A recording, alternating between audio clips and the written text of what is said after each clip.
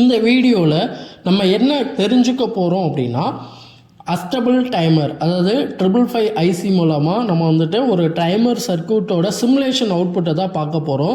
So Proteus சாஃப்ட்வேரில் நம்ம simulate பண்ணி சர்க்யூட்டை எல்லாமே என்ன பண்ணியாச்சு, ட்ரா பண்ணியாச்சு. இப்போ ஆசிலோஸ்கோப் மூலமாக நம்ம அதோட வேவ் ஃபார்ம் வந்து என்ன பண்ணுறோம் அப்படின்னா உங்களுக்கு டிஸ்பிளே பண்ணுறோம். So on time of time அப்படின்றது நமக்கு வந்து பார்த்திங்கன்னா R1 R2 C1 அப்படின்னு சொல்லக்கூடிய கெப்பாசிட்டர் ரெசிஸ்டர்ஸோட வேல்யூவை பொறுத்து ஆன் டைமும் ஆஃப் டைமும் நமக்கு என்ன ஆகும் அப்படின்னா சேஞ்ச் ஆகும். ஸோ அதைத்தான் நம்ம வந்து எல்லோ கலரில் பார்த்தோம்.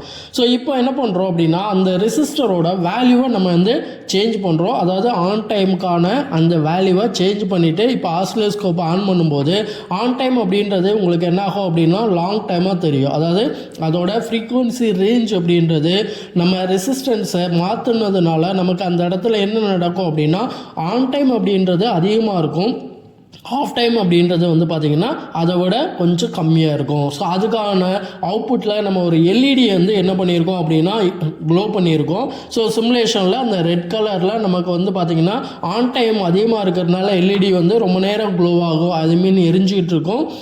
ஆஃப் டைம் கம்மியாக இருக்கிறதுனால அது கொஞ்சம் நேரம் ஆஃபில் இருக்கும். ஸோ இதுதான் வந்து பார்த்திங்கன்னா ப்ரோட்டீஸோட சிமுலேஷன். இந்த மாதிரி பேசிக் சர்க்யூட்ஸோட சிமுலேஷனை வந்து நம்ம ப்ரோட்டீஸ் சாஃப்ட்வேரில் நம்ம வந்து என்ன பண்ணலாம் அப்படின்னா சிமுலேட் பண்ணி பார்க்கலாம். ஸோ ப்ரோட்டீஸ் சாஃப்ட்வேர் அப்படின்னு சொல்லக்கூடிய சாஃப்ட்வேர் வந்து பார்த்திங்கன்னா ஒரு பிசிபி டிசைனிங்கான சாஃப்ட்வேர்.